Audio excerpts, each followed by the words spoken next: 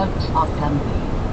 We know from the inquiry of Jonathan that from the castle to Whitby came 50 boxes of earth, all of which were delivered at Carfax. We also know that at least some of these boxes have been removed. It seems to me that our first step should be to ascertain whether all the rest remain in the house beyond that wall where we look today, or whether any more have been removed.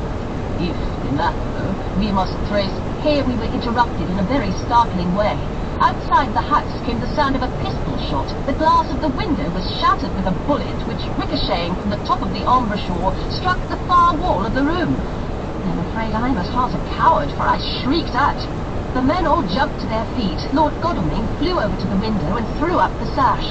As he did so, we heard Mr. Morris's voice without, "Sorry, I fear I have alarmed you. I shall come in and tell you about it." A minute later, he came in and said, "It was an idiotic thing of me to do, and I ask your pardon, Mrs. Harker, most sincerely. I fear I must have frightened you terribly. But the fact is that whilst the professor was talking, there came a big bat and sat on the window sill. I've got such a horror of the damned brutes from recent events that I cannot stand them, and I went out to have a shot, as I've been doing of late evenings whenever I've seen them.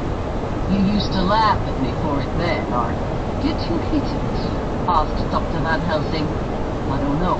I fancy not, for it flew away into the wood." Without saying any more, he took his seat, and the professor began to resume his statement. "We must trace each of these boxes, and when we are ready, we must either capture or kill this monster in his lab, or we must, so to speak, sterilize the earth, so that no more he can seek safety in it. Thus, in the end, we may find him in his form of man between the hours of noon and sunset, and so engage with him when he is at his most weak. And now, for you, Madame Mine, this night is the end, until all be well.